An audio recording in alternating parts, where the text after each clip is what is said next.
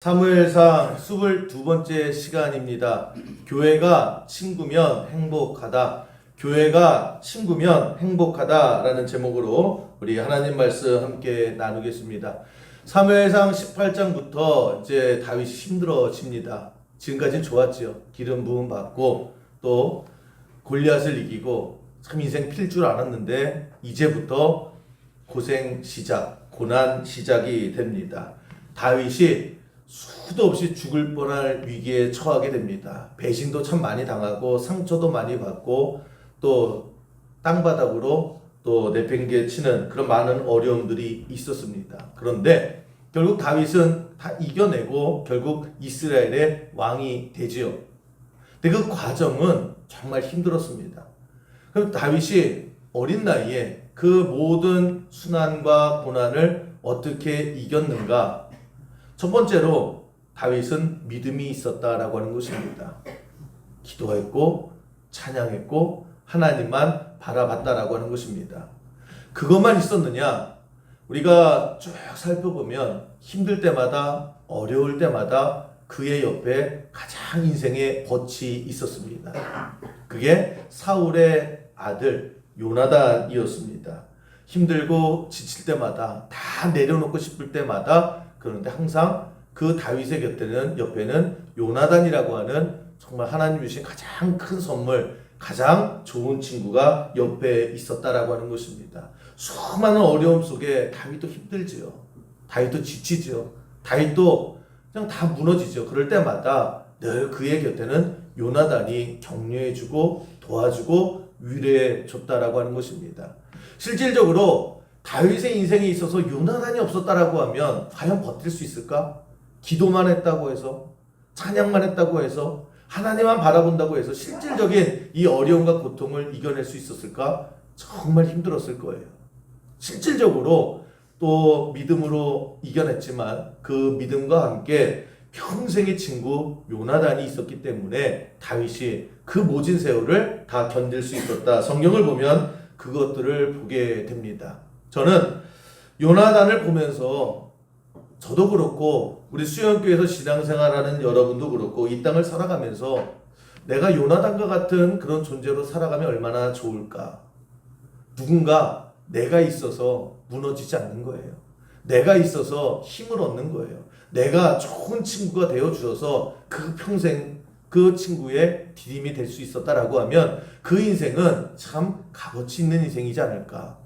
또 하나 하나님께서 정말 나를 축복해 주시고 사랑해 주셔서 요나단과 같은 그런 친구를 내 평생의 벗을 주신다라고 하면 정말 인생에 그거보다 더 큰 복은 없다 이렇게 생각을 합니다. 저는 오늘 요나단을 중심으로 해서 좋은 인간관계, 좋은 친구, 좋은 친구가 되는 법, 때로는 좋은 친구를 얻는 그 모습을 통해서 때로는 우리가 요나단이 될 수도 있고 때로는 요나단과 같은 그런 평생의 좋은 친구가 있는 그런 복된 인생을 살아가는 우리 모든 수영교회 성도 되기를 주님의 이름으로 간절히 축원합니다. 저는 요나단을 중심으로 한번 성경을 보려고 하는데 18장 4절 오늘 본문 말씀을 보면 요나단이 첫 등장이 이래요. 요나단이 자기가 입었던 겉옷을 벗어 다윗에게 주었고 자기의 군복과 칼과 활과 띠도 그리하였더라. 이제 다윗이 힘들어졌거든요. 다윗이 이제 도망쳐야 되는 이 상황 속에 요나단이 자기의 겉옷을 벗어주고 군복도 벗어주고 칼도 주고 활도 주었다. 그럴 수 있잖아요. 그게 뭐 대단한 것인가 라고 생각할 수가 있습니다. 그러나 요나단이 성경에 처음 등장하는 저 모습은 굉장히 의미가 있다라고 하는 것입니다. 왜냐? 요나단이 다윗과 함께 했던 그 시절에는 아직 이스라엘에는 철이 없었을 거예요. 철을 만드는 그런 세공업자가 아직 그 기술이 없었던 때라고 하는 것입니다. 그래서 바로 전 단계에 사무엘상 13장 19절에 보면 그때 상황을 이렇게 설명을 합니다. 그때에 이스라엘의 온 땅에 철공이 없었다. 그러니까 철이라고 하는 것이 없었고 철을 만드는 기술 있는 사람도 없었을 때였습니다. 그럴 때 이스라엘 전체 군대에는 칼을 가지고 있는 철로 된 칼을 가지고 있는 사람이 아무도 없었어요. 이스라엘에 딱 두 사람만 철로 된 칼을 가지고 있었습니다. 왜 직배송을 했는지 누가 갖고 있었느냐? 사울 왕, 이스라엘의 왕인 사울 왕이 철로 된 칼을 갖고 있었고 또 한 사람, 그 장남 요나단이 칼을 가지고 있었습니다. 그 외에는 아예 철로 된 칼을 가지고 있던 사람이 이스라엘엔 아무도 없었다라고 하는 것입니다. 그러니까 이 칼이라고 하는 거, 요나단은 자기 신분을 얘기하는 거예요. 자기가 앞으로 이스라엘의 후계자라고 하는 것을 보여주는 상징적인 의미이고, 이스라엘의 왕 빼고는 자기밖에 없는 굉장히 귀중한 겁니다. 세상에 둘도 없는 거예요. 이 귀한 것을 도망치는 다윗에게 챙겨줬다라고 하는 것입니다. 이게 성경에서 첫 번째로 나오는 요나단의 모습이다라고 하는 것입니다. 저는 이 요나단의 모습을 보면서 이것이 요나단의 첫 장면인 이유가 뭘까? 줄 아는 인생이 되어야 한다라고 하는 것입니다. 우리는 참 받는 게 좋아요. 누가 해주는 게 좋아요. 내가 말 안 해도 누가 알아서 해줬으면 좋겠어요. 내가 주기 전에, 내가 말하기 전에 항상 우리의 본성이라고 하는 것이 받는 게 좋고 누가 해주는 게 좋다라고 했을 때에 가만히 생각해 보세요. 내가 받기만 좋아할 때에 과연 친구가 생길 수 있을까? 요나단은 끊임없이 성경에 소개되는 게 주는 인생이에요. 20장 4절 보시면 또 이렇게 나옵니다. 요나단이 다윗에게 이르되 내 마음의 소원이 무엇이든지 내가 너를 위하여 그것을 이루리라. 그러니까 항상 뭐예요? 자기가 밖에 없는 거예요. 이 칼이라고 하는 거는 상징적인 의미예요. 근데 그것도 야, 너 이거 있어야지 살 수 있어. 그리고 아낌없이 주지요.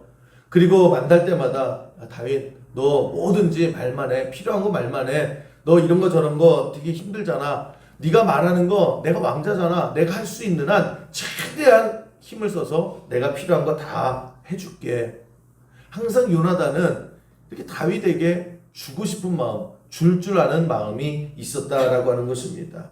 여러분 이렇게 요나단을 중심에서 보면 내가 줄 알고 내가 베풀 줄 아는 마음에서 친구가 시작되는 거고 좋은 인간관계가 시작된다라고 하는 것입니다. 여러분 우리도 줄 알아야 돼요. 먼저 줄 아는 인생이 되어야 된다라고 하는 것입니다.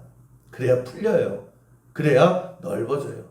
여러분 우리가 하나님 앞에 날마다 기도하시잖아요. 여러분 새벽마다 기도하지 않습니까? 하나님 주시옵소서, 돈 주시옵소서, 또 길 열어 주시옵소서.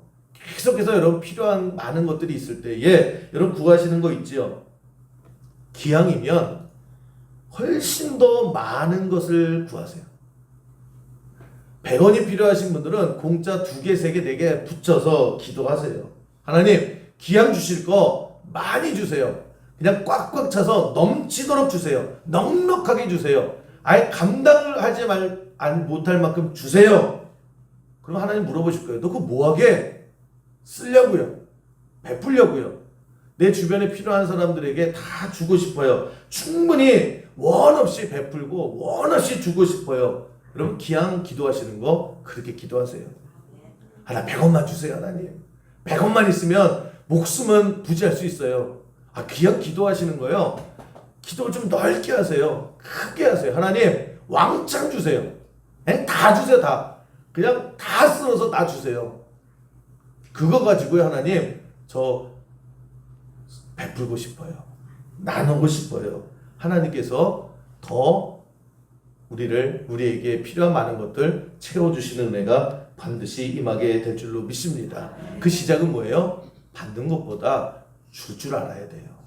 받는 기쁨보다 주는 기쁨이 우리의 마음속에 있을 때 여러분 그것을 통해서 여러분이 가는 곳마다 친구들이 모여들 것이고 여러분들이 가는 곳마다 많은 인간관계가 형성된다라고 하는 것입니다. 우리가 요나단처럼 살았으면 좋겠어요.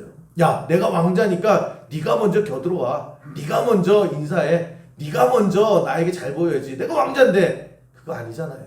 내가 왕자니까 내가 많은 걸 가졌으니까 내가 도와줄게. 그럴 때 다윗과 요나단이라고 하는 평생의 친구의 시작은 그렇게 되었다라고 하는 것입니다. 우리도 좀 줄 수 있는 마음이 좀 넓어졌으면 좋겠어요. 기도도 좀 주고 싶어서 더 많이 기도하세요. 욕심부리고 남 가지느니 나 주세요라고 하는 것이 아니라 우리의 마음에 하나님의 성령이 임해서서요.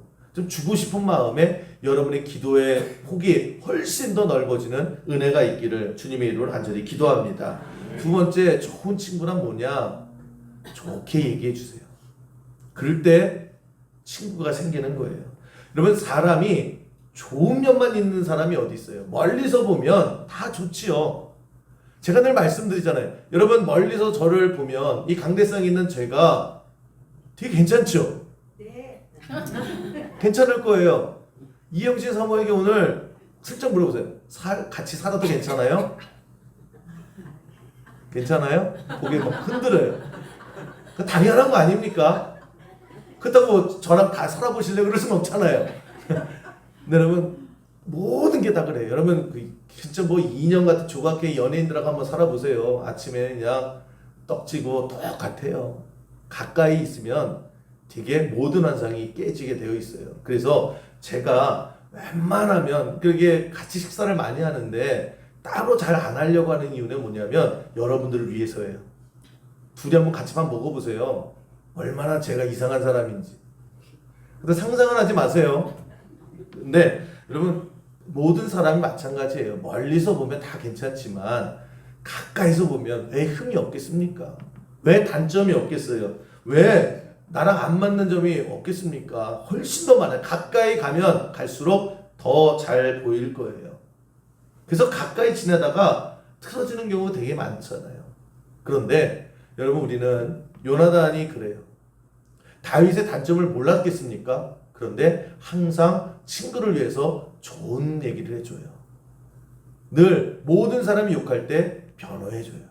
그게 친구예요.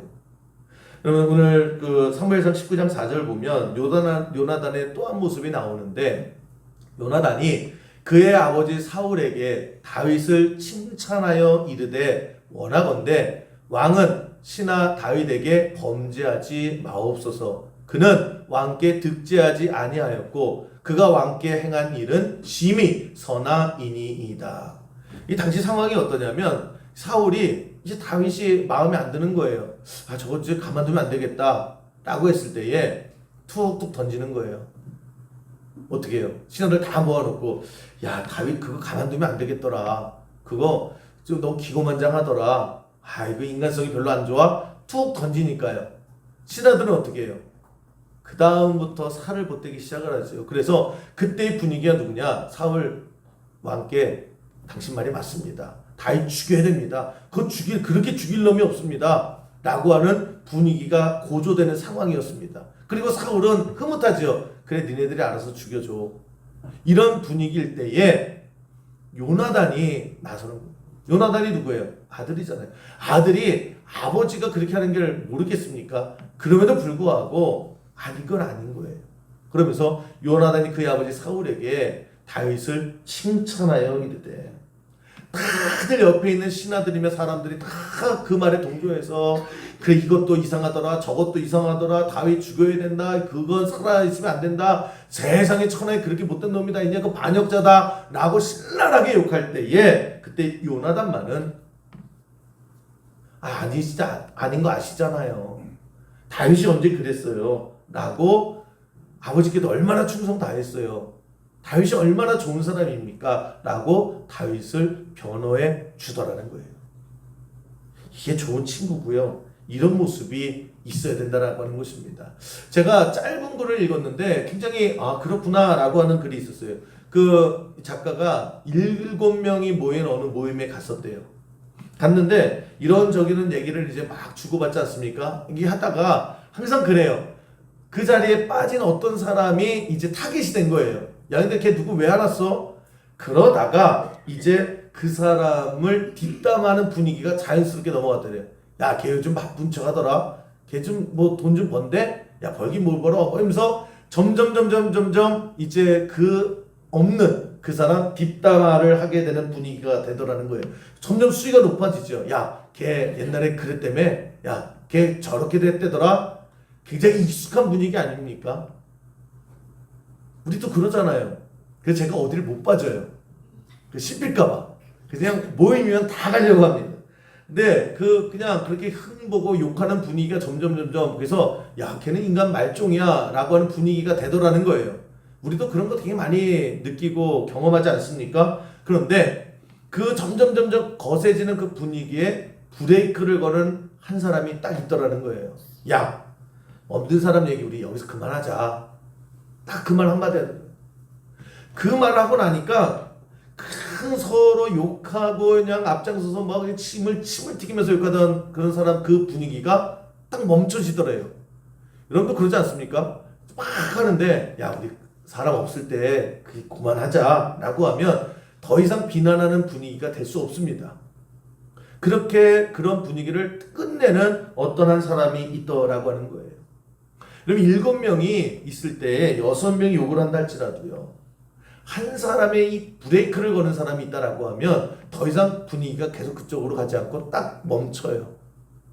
이 사람이 하는 얘기가 뭐냐면 야 한순간에 그 분위기가 욕하는 분위기가 싹 식더라는 거예요. 야 사람 없을 때 그만 욕하자. 우리가 다 알지도 못하잖아. 제가 그 얘기를 들으면서 이게 우리가 그렇게 살아가야 되지 않을까. 그게 지금 본문의 요나단의 모습이거든요. 하나님께서 우리에게 그 모습을 기대하고 있지는 않을까. 같이 숟가락 얹고 같이 그냥 등에다 칼 꽂는 것이 아니라 누군가는 브레이크를 한 번만 걸어주면 되거든요. 야 우리 나중에 알아보고 얘기하자. 그게 지금 요나단의 모습이었다라고 하는 것입니다. 여러분 우리가 인생을 살아가다 보면 약점 잡아내는 거는요 바보도 해요. 그 누구나 다 해요. 그런데 선함, 그 사람의 정죄, 그 사람의 장점을 끄집어내서 하는 거 모두가 욕할 때, 모두가 관심 없을 때 그런데 그럴 때 그 사람의 장점, 그 사람을 변호해 주는 거 그게 그 사람의 인격이 되더라고 하는 것입니다. 그럴 때 인격이라고 하는 말을 쓰지요. 그러면서 그 작가가 하는 얘기가 뭐냐면 마지막에 이 얘기를 하는 거예요. 그렇게 마지막에 브레이크를 거는 그 사람과 친구가 되라. 친구는 그런 사람과 해야 된다. 그게 오늘 본문의 요나단의 모습 아닙니까? 저는 인생을 살아가면서 여러분이 요나단과 같은 그런 친구가 되어주고 또 여러분이 없을 때에 그러나 요나단과 같은 친구가 여러분을 변호해주는 그런 인생이 되기를 주님의 이름을 간절히 축원합니다. 그래서 어느 곳에 가든지 항상 다른 사람을 공격하는 분위기 있어요. 욕하는 분위기 있고요. 두세 사람 모인 가운데에 하나님이 임재하시기도 하지만 두세 사람이 모인 가운데에 욕설이 난무할 때가 많아요. 그럴 때 여러분 적극적으로 여러분은 그 친구를 위해서 변호해주고요. 그 자꾸 험악해져가는 분위기에 야 우리 그만하자. 그 말 한마디를 할 수 있는 그럴 때 여러분 인생에 친구가 생기는 거예요. 진정한 친구가 생기는 것이고 여러분 때문에 한 사람 한 사람이 회복되는 역사가 일어나게 된다라고 하는 것입니다. 이게 성도가 살아가야 되는 거예요. 많이 베풀 줄 알고요. 그리고 남들 다 욕할 때에 그 욕하는 분위기에 나도 그냥 같이 휩쓸리는 것이 아니라 그 분위기를 좀 딱 멈추고 야 그래도 걔는 이건 있잖아 라고 끄집어낼 수 있는 그런 인격이 있는 그런 성도가 되어야 한다라고 하는 것입니다. 여러분 우리가 속회를 새롭게 편성을 했어요. 속회하다 보면 또 여러 가지 또 잘 모르는 사람이 만날 수도 있고 또 계속해서 만나시는 분들도 있고요. 뭐 속회뿐만이 아니라 속회하다 보면 또 같이 예배도 드리고 밥도 먹고 또 식사 당번도 할 수도 있고 그러다 보면 여러분들이 보지 못했던 약점들이 보일 거예요. 야, 이 사람 이렇게 하네. 고집도 세네. 아, 이 사람 이런 면도 있네. 라고 했을 때 여러분 자꾸만 이 교회가 특별히 속회라고 하는 믿음의 공동체가 야 그냥 겪어봤더니 얘 영 아니야. 야 별로야 별로. 야 지켜보니까 가관도 아니야. 라고 하면서 자꾸 이렇게 불신과 또 비난에 그런 불이 지펴지는 그런 속회가 되고 그런 교회가 되는 것이 아니라 그런 일이 없었으면 좋겠지만 그런 일이 있다 할지라도 여러분들이 막아주고요. 여러분들이 남모르게 보완해주고 여러분들이 챙겨주고 그렇게 해서 세워줄 줄 아는 그럴 때 여러분들에게 좋은 친구들이 점점 불어날 거예요. 그리고 인생에 그거보다 더 큰 열매가 없다라고 하는 것입니다. 저는 우리 수요일교회 모든 성도님들이 교회에서나 가정에서나 또 여러분 직장에서나 여러분 평생의 인생에 있어서 그렇게 요나단과 같은 모습이 있으면 참 좋겠다. 내가 베풀기 위해서 하나님 앞에 많은 것을 구하고 하나님께서 그 마음을 보시고 참 기특하잖아요. 여러분 하나님 많은 축복을 받으셔서 하나님께 품은 그 마음대로 한없이 주는 인생 되시고요. 그리고 여러분이 가진 힘을 가지고요. 누구를 자꾸 비난하는 것이 아니라 비난 얼마나 많아요. 그럴 때 그거를 브레이크 걸 수 있는 힘이 있는, 그래서 한 사람 한 사람에게 정말 요나단과 같은 좋은 친구가 되는 인생을 살아가는 우리 모든 성도 되기를 주님의 이름으로 간절히 축원합니다. 그래야 인생이 가치 있지요. 그래야 인생이 행복하지요. 그리고 마지막에 요나단이 뭘 했느냐? 격려할 줄 아는 인생이 됐어요. 참 중요합니다. 여러분 사무엘상 23장에 보면 다윗이 이제 지쳐요. 아니 내가 뭘 잘못했다고 이렇게 날 죽이려고 해. 그러면서 아예 그냥 고삐를 끊고요. 그냥 숲속에 들어가서 그냥 아유 하나님 나 이제 모르겠어요. 나 이제 못 도망치겠어라고 하면서 번아웃 될 때가 있습니다. 이럴 때 요나단이요 무람으로 목숨 걸고 다윗에게 먼저 찾아갑니다. 찾아가서 뭘 했느냐? 23장 15절 16절에 보면 요나단이 여기에 또 한 번 등장을 해요. 말씀을 보시면 다윗이 사울이 자기의 생명을 빼앗으려고 나온 것을 보았으므로 그가 광야 숲풀에 있었더니 그냥 꼭 숨어 있었던 거예요. 아, 나 이제 세상 안 나가 라고 했을 때에 사울의 아들 요나단이 일어나 숲풀에 들어가서 다윗에게 이르러 그에게 하나님을 힘있게 의지하게 하였다. 여러분 그게 참 중요해요. 요나단이 피폐할 대로 피폐했던 다윗에게 찾아갑니다. 망할 대로 망한, 잘 풀릴 줄 알았죠. 골리앗을 물리칠 때까지만 해도 야 인생 이제 내가 이제 간다. 근데 완전히 무너졌지요. 그럴 때 다윗에게 찾아가서 뭘 했느냐? 격려하고 위로했다는 거. 근데 중요한 게 뭐냐? 격려를 어떻게 했느냐? 위로를 어떻게 했느냐? 이게 중요한 거예요. 뭐래요? 그에게 하나님을 힘있게 의지하게 하였다. 바꿔 말하면요. 야, 다윗 너 힘들지? 근데 하나님이 너 지켜주실 거야. 그렇게 위로했다라는 거예요. 하나님이 너 보호해 주실 거야. 하나님이 너 살려주실 거야. 하나님이 너 지켜주실 거야. 여러분 이게 뻔한 얘기 같지 않습니까? 아 힘들어 죽겠는데 내가 널 위해 기도할게. 하나님 너 지켜줄 거야. 그럼 아무 힘이 안 될 것 같지요. 그런데 이 한마디 하나님이 너를 지켜주실 거야 라고 하는 이 한마디가 사람을 진짜 살리는 힘이 된다는 거예요. 여러분 기억하세요. 내가 어떻게 위로해야 될까? 내가 어떻게 격려해야 될까? 진짜 힘이 되고 진짜 저 친구를 살리는 말이 무엇인가? 고난에 처해 있을 때, 어려움이 있을 때에 여러분들이 해야 될 거는요. 요나단 같이 해야 돼요. 힘들면 하나님도 잊어버려요. 야 하나님 내가 지금 기도할 때야 아 나 다 귀찮아. 나 예배도 싫어. 아유 하나님이 있긴 뭘 있어. 막 이렇게 돼요. 사람이 힘들면 정말 힘들게 되면 하나님과 점점 멀어져요. 그럴 때 여러분들 해야 될 게 뭐예요? 하나님을 기억하게 만들어줘야 돼요. 야 그래도 하나님이 계시고 하나님이 너 지켜주시고 하나님을 점점 잊어가는 그 친구에게 하나님을 기억하게 만들고요. 하나님과 점점 멀어지는 그 사람에게요. 하나님과 다시 점점 가까워지게 만드는 것. 그게 진짜 친구가 해야 될 일이에요. 왜냐? 우리가 살아야 될 길은 우리가 살 길은 딱 하나예요. 하나님과 가까이 가는 수밖에 없어요. 근데 힘들면 어려우면 지치면 점점 마음이 하나님과 멀어져요. 점점 하나님과 떨어져요. 그럴 때 여러분이 해야 될 건 다른 거 아니에요. 내가 널 위해 기도해 줄게. 하나님 너 지켜주실 거야. 너 하나님 끝까지 붙들어야 돼. 이 말 한마디가요. 실질적으로 그 친구를 살리는 거고 우리가 해야 될 것은 그런 거예요.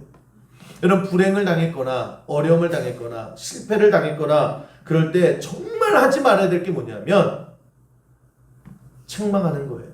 야 너 뭐하다가 이렇게 됐어. 너 그렇게 하지 말라고 그랬잖아. 책망하고 지적하는 거. 여러분 그게 정말 실패하고 무너지고 아파하는 사람에게 하지 말아야 될 것이 바로 그거예요. 근데 우리는 서슴없이 해요. 내가 너 이렇게 너 그래 진작 내가 몇 번을 얘기했어. 너 그거 하지 말라고 그랬잖아. 내가 너 그럴 줄 알았어. 내가 몇 번을 얘기해. 이거 몰랐어. 이렇게 될지 몰랐어. 그거 우리가 진짜 하지 말아야 될 거예요. 왜냐? 그 사람도 알아요. 지금 실패하고 무너지고 처절하게 박살난 그 사람이 그걸 왜 모르겠어요? 누구보다도 알아요. 누구보다도 후회하고 있겠지요. 누구보다도 뼈저리게 되돌리고 싶겠지요. 그 사람이 가가지고 가슴 쉽게 파는 거예요. 너 이럴 줄 알았어 내가. 너 잘못했잖아. 너 그렇게 왜 잘못했어? 그럴 때 사람이 정말 무너지는 거예요. 친구는 그렇게 하면 안 되는 거예요. 그냥 아파하면 옆에 있어 주는 거예요. 그리고 기도해 주는 거예요. 그리고 하나님 더 가까이 가게 하는 거예요. 하나님 잊지 않게 해주는 거예요. 하나님 기억하게 해주는 거예요. 섣부른 충고, 섣부른 조언 이게 아니라 정말 필요한 게 뭐예요? 진짜 친구면 기도해 주는 거예요. 그리고 하나님 요나단처럼 하는 거예요. 하나님이 너 지켜주실 거야. 그게 아무 소리 아닌 것 같지요. 그게 허공을 붕 뜬 얘기 같지요. 그러나 그게 진짜 사람을 살리는 거예요. 여러분 그 얘기를 해 주셔야 되는 거예요. 그리고 요나단이 숲을 향해서 달려가잖아요. 제가 동물의 왕국을 가끔 보거든요. 그 은혜를 되게 많이 받아요, 저는. 근데 제가 가장 베스트 중에 은혜 받은 게 뭐냐? 숫사자가 있거든요. 근데 제 모든 상식을 깨는 거였어요. 늘 항상 사자가 하얀을 이기잖아요. 근데 그 유명한 영상인데 숫사자가 멋있게 생긴 숫사자예요. 그런데 얘가 뭐 잘못 걸린 거예요. 그래서 하얀애가 한 20마리, 30마리 정도 되는 것 같아요. 얘네가 두고 보다가 혼자 이렇게 있는 애를 뭐 어디가 다쳤는지 뭐 이제 낌새가 이상한지 너 잘 걸렸다 그래서요. 이 하얀애 떼가 한 2, 30마리가 얘를 뚫뚫 두세 겹으로 똘똘 포위를 하더라고요. 그러니까 이 사자가 처음에는 이것들이 그리고 왕 그래요. 근데 하이에나 이상하게 얘네도 웃거든요. 막 놀려요. 그러면서 이쪽에서 웅덩이 깨물고 그러면 신경질 내면 또 저쪽에서 웅덩이 깨물고 1대 한 2, 30이니까 숫사자가 당황해요. 근데 처음부터 숫사자도 자존심이 있잖아요. 처음에는 비겨 그러는데 어딜 가 막 이렇게 하는데 하이에나가요 이걸 몇 시간 동안 하는 거예요. 그렇게 계속 쉴 수도 없이 웅덩이를 계속 깨물어요. 그러니까 이 숫사자가 상처가 굉장히 많이 생깁니다. 이걸 한 2시간 정도 했나 봐요. 그러다 보니까 숫사자가 풀이 콱 죽어요. 그러면서 눈빛이 그래요. 야, 내가 이렇게 죽는구나. 그래서 그 카메라가 그 사자의 눈을 딱 보여주는데 확실히 공포감에 쌓여 있더라고요. 내가 이렇게 죽는구나. 그러면 절망, 슬픔, 그러면서 나중에는요 힘이 없으니까 막 물어 뜯어도요 얘가 어떻게 저항을 못해요. 실질적으로 보면 하이에나에게 잡아먹히는 사자들이 꽤 된대요. 잘못 걸리면. 그런데 제가 거기서 저렇게 해서 잡혀먹히는구나 라고 하는데 저기서요 막 먼지가 나면서 누가 막 달려와요. 친구 숫사자예요. 얘가 소리를 으앙 하면서 막 달려요. 그러면서 내 친구 왜 건드리냐면서 막 달려오는데요. 한순간에 1초도 안 되는 사이에 그 2, 30마리의 하이네가요 혼비백산하고 도망을 가요. 그러면서 이제 이 물어뜯기던 사자가 승질나잖아요. 그래서 한 2, 3마리 하이네를 막 물어뜯어 목을 꺾어서 죽이더라고요. 그런데 2마리가 이 친구가 딱 오니까요 그냥 완전 이 하이네 떼가 다 도망가고 아예 흔적을 남길 수가 없어요. 친구 하나가 도와주러 오니까 판세가 완전히 바뀌더라고요. 야, 제가 그걸 보면서 정말 은혜를 받았어요. 여러분, 그런 친구가 되어주세요. 누군가에게. 요나단이 다윗에게 그런 친구가 되어주잖아요. 우리도 누군가에게는 그렇게 달려와주는 친구가 되어줬으면 참 좋겠다. 그게 한번 달려와주는 게 아무것도 아닌 게 아니라는 거예요. 옆에 있어주고 기도해주고 또 하나님이 너와 함께 하실 거야. 이 한마디가요 평생 잊지 못할 고마운 친구가 되는 거예요. 제가 초등학교 3학년 때인데 제가 다니던 교회가 이제 인천에 있는데 근데 당시 제가 초등학교 3학년 때니까 뭐 다 주변이 교회가 있고 주변이 다 밭이었어요. 초등학교 3학년 아이들이 이제 교회 가서 예배 끝나고 나면 뭘 하느냐 할 게 없잖아요. 그래서 그 밭을 향해서 돌을 던졌다고요. 그래서 남자애들 초등학교 3학년이 할 게 돌밖에 더 있어요. 근데 교회 앞에 그 공터가 있고 거기 나무들이 있었어요. 좀 큰 나무들이 있고 그 뒤에 이제 밭이 있었거든요. 그러니까 딱 좋잖아요. 야, 금 쫙 걸었고, 야, 저 나무 맞히는 게 이기는 거야? 막 던졌다고요. 근데 저도 뭔가 하면 이기고 싶은 이상한 게 있어요. 초등학교 3학년 때부터. 그래서 제가 하여튼 죽기 살기로 던졌나 봐요. 그 돌멩이도 이만한 거. 이제, 야, 그 크기도 딱 정한 거예요. 그래서 막 던지는데, 딴 애들이 다 이게 나무를 맞힐랑 말랑 할 때에 제가 하여튼 뭐 앞으로 좀 나가서 던졌겠죠? 그래서 확 던졌는데 드디어 그 나무를 넘겼어요. 그래서 아, 금메달을 올림픽에서 금메달을 따면 이런 환성이 있겠구나. 그래서 아이들이 와 소리 지르고 저는 금메달 딴 아이가 된 거예요. 봤지? 막 이러고 야 어떻게 던진 거야? 막 이러는데 거기까지 그 밭에 그 나무 밭에서 어떤 할머니가 돌을 하나 딱 들고 쩔뚝쩔뚝하고 오시는 거예요. 누구야? 이런 거예요. 아니 그 분위기상 알죠? 아 돌에 맞으셨다. 근데 그 나무를 넘긴 건 저밖에 없어요. 야 우리나라에 간첩이 없는 이유는 뭐냐면 초등학교 3학년 때부터 그 많은 애들 중에 꼭 이런 애들 있어요. 얘요. 얘요. 그 할머니가요. 진짜 한 이만큼 화가 나가지고요. 막 누구야? 얘요. 너야? 저는 멀뚱멀뚱 있었죠. 그리고 나서 이 할머니가 이제 밭에 계시다가 돌에 와가지고 허리를 맞으신 거예요. 그래서 돌에 맞으셔서 이제 와서 너냐고 너 사람 돌 맞춰서 너 사람 죽을 뻔했 머리 맞춰서 죽을 뻔했다고. 그래서 그 금메달 리스트가요 갑자기 죄인이 된 거예요. 그러면서 제가 기억나는 게 뭐냐면 할머니도 얼마나 화가 나셨겠어요. 한참 혼나고 있는데 주변에 아무도 없어요. 이놈들이 다 교회 안 도망가 버렸어요. 근데 저는 그건 이해돼요. 왜냐면 초등학교 3학년 아이들이 무섭면 다 도망가잖아요. 교회로 다 도망가 버렸거든요. 이 할머니가 야 니네 집 어디야? 막 이러는 거예요. 그게 한 1982년 정도 됐던 일인데 그래서 저희 집으로 끌려갔습니다. 그래서 저희 어머니가 당시에 병원비로 3만 원을 물어줬어요. 근데 40년 전에 3만 원이면 그 만만한 돈이 아니거든요. 하여튼 그렇게 해서 제가 땡값을 물어준 적이 있는데 집에 끌려가서 근데 그 할머니가 그러는 거예요. 너 이거 어떡할 거야? 너 이거 사람 죽을 뻔했어. 너 머리 맞았으면 너 이거 어떡할 뻔했어. 그래서 초등학교 3학년 아이인 저는요 그때 굉장히 당황했어요. 그리고 무서웠던 기억이 있어요. 그러면서 들었던 생각이 아 나 이거 감옥 갈 수 있겠구나.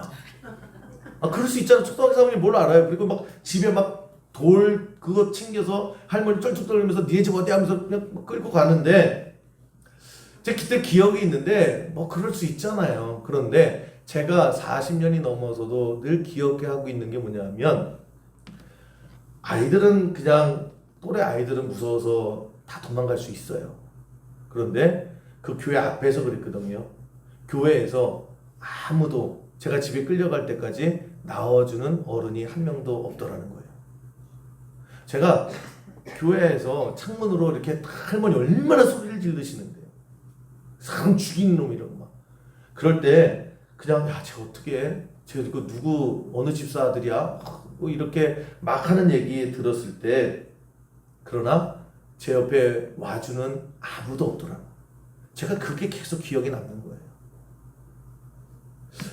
그러면 왜 그 어린아이 옆에 누군가가 왜 와주지 않았을까? 그죠? 그 감옥 갈 수도 있다라고 생각하는 얼마나 쫄았겠어요. 진짜 초등학교 3학년 때 나는 이제 전과자가 되는구나. 이제 모든 게 인생 끝이다. 질질 끌려가는 내내 아니면 생각해보세요. 얼마나 많은 생각이 있었겠어요. 얼마나 많은 생각이 있어서 40년이 지난 지금도 그걸 기억하겠냐고요. 그런데 아쉬운 게 누구냐? 누군가 한 명 달려와 줘서 그냥 옆에 있어만 줬어도 그 어린아이가 참 괜찮았을 텐데. 그죠? 저 집 누구 아들이야? 쟤 왜 돌 던졌대? 저 어떡하냐? 여러분 그래서 제가 그 하이에나에게 포위당한 그 수사자가 남의 일 같지가 않더라는 거예요. 누군가 친구가 달려와 주기만 해도요 판세가 역전되더라. 저는 우리 수영교회가 그런 친구 숙사자가 있는 교회가 되기를 주님의 이름으로 늘 기도합니다. 달려와 주는 교회, 혼자 외롭게 두지 않는 교회.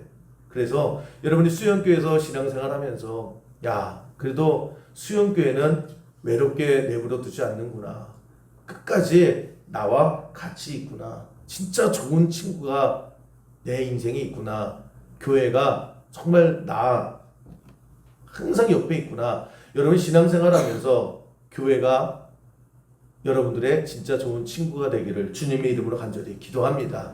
그런 확신이 들었으면 좋겠어요. 세상 모두가 다 이해타산을 가지고 욕을 해도 교회만큼은 내 친구가 돼 있고, 나에게는 달려갈 교회가 있고, 나에게는 달려와줄 교회가 있고, 그 교회 가면 정말 좋은 친구들이 있다.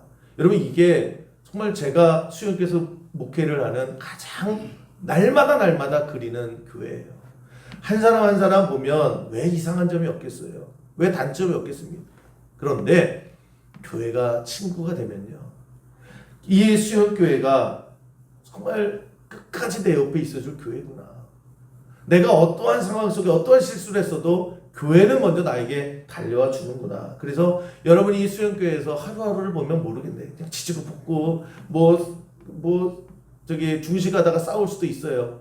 그런데 한참 신앙생활하고 마음을 보니까 교회가 그래도 내 가장 좋은 친구가 됐고, 내가 외롭지 않았구나, 그 교회에서 참 좋은 친구들 많이 만났구나, 내 신앙생활이 외롭지 않았구나, 이런 교회가 되고 이런 성도들이 되고 이런 고백이 있는 우리 교회가 됐으면 참 좋겠다. 저는 늘 기도합니다. 그래서 교회가 친구가 되는 것만큼 행복한 게 어디 있어요. 그래서 교회가 여러분들 늘 함께 있을 거고, 수영교회가 여러분들 어떠한 상황 속에서든지 늘 옆에 있을 거고, 수영교회가 늘 여러분들 위해서 불 켜놓고 기도할 거고, 그래서 수영교회가 있어서 내가 외롭지 않았고, 수영교회가 있어서 내가 지금도 견딜 수 있고, 수영교회가 있어서 달려갈 교회가 있어서 나 버틸 수 있다. 이런 신앙생활이 있는 우리 수영교회 모든 성도가 되고, 특별히 교회 왔는데 정말 좋은 친구들을 만났다, 이런 고백이 있는 우리 수영교회 모든 성도 되기를 주님의 이름으로 간절히 축원합니다.